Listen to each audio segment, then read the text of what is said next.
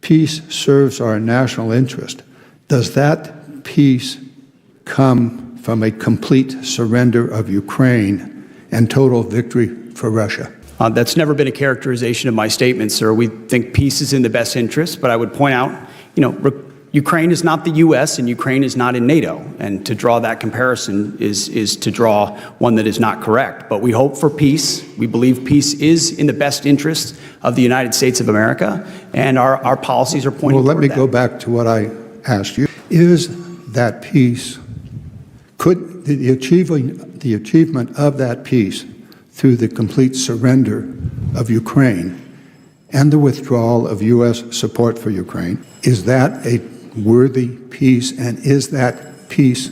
What happens when the person leading the most powerful military in the world begins making choices that even close allies and people within his own country start to question? Right now, Pete Hegseth is dealing with increasing backlash in Washington, and it is not just basic criticism but serious calls for impeachment. Several lawmakers are now moving ahead with strong accusations, pointing toward military decisions and actions that many believe are questionable and could affect the credibility of the United States on the global stage. At the same time, his handling of major global conflicts, especially the Russia-Ukraine war, is creating even deeper concern among observers. So the real question becomes clear: are these simply political attacks, or is there a growing pattern of decisions that could reshape U.S. military power in a way that may not end well? And you intend to do that, is that correct? Yes, no? No, we have done that, sir. All right, and therefore it must be your responsibility. I want to bring to your attention a statement that the President made in early February. He said there is no reason for us to be building brand new nuclear weapons. We already have so many.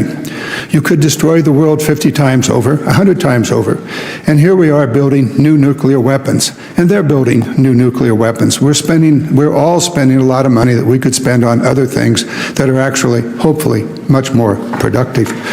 So I'd like to focus for a few moments on one of the most expensive programs at the Department of Defense, the Sentinel ICBM, which is to replace the Minuteman III. The cost of this program has exploded from $78 billion to over $141 billion, not including a new nuclear bomb for the Sentinel and the command and control systems, which would add somewhere $20 to $40 billion. All the while, we have a Minuteman III that can continue to provide the ground leg of the triad for at least 10 to 15 more years. Should we cut the Sentinel program? Well, President Trump is correct to point out that proliferation is very dangerous, but he has also in his budget ensured we fully fund the nuclear triad, every aspect of it, in a historic way.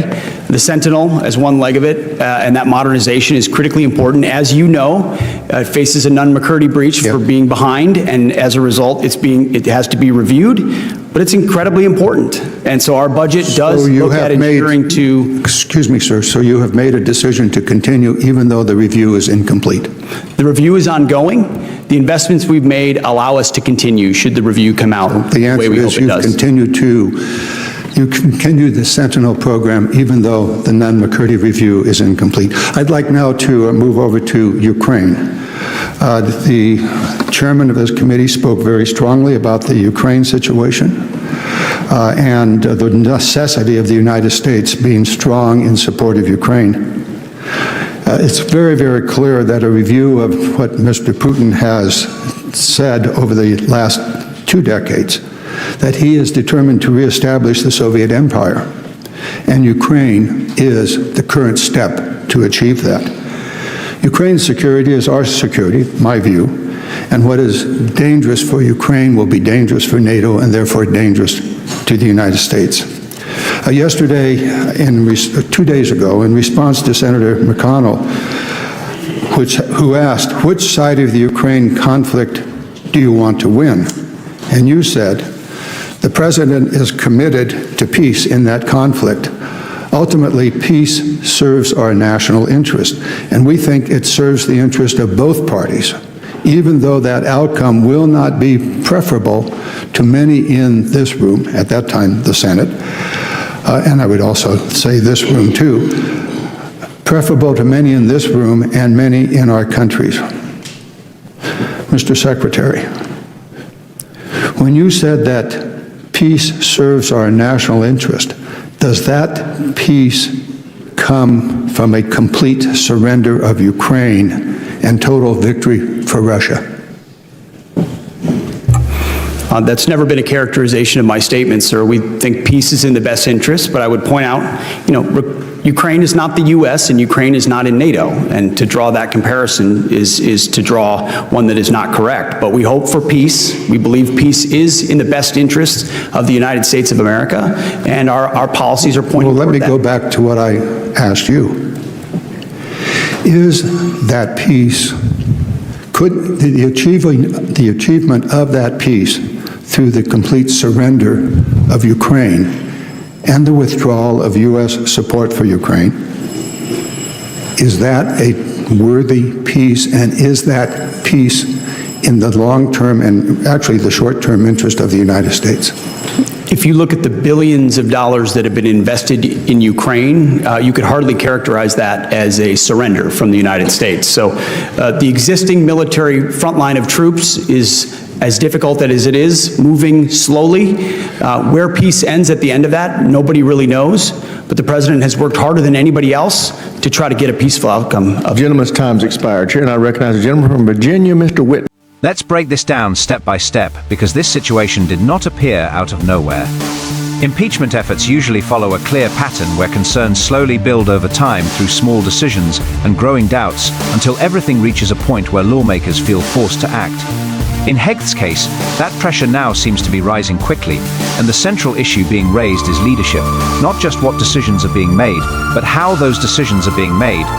In the military, structure matters, the chain of command matters, and process matters, and when those systems begin to look unclear or inconsistent, it creates a ripple effect that spreads beyond a single decision. Now shift to the global stage, especially the Russia-Ukraine war, where Hegseth's stance suggests a more limited role for the United States, as he has indicated boundaries on how far support should go, what outcomes are realistic, and what risks the US should avoid. On the surface, some may see this as caution, but others view it very differently, because in a conflict like this, messaging is everything. And when the United States signals hesitation or even a change in direction, that message does not stay in Washington. It is heard in Kyiv, analyzed in Moscow, and closely watched by allies across NATO.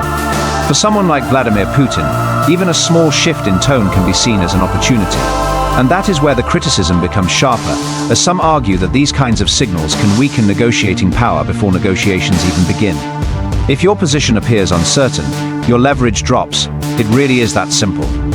Then there is the issue of consistency, as concerns continue to grow about decisions that seem to shift direction, moments where support, strategy, or communication are not fully aligned across leadership.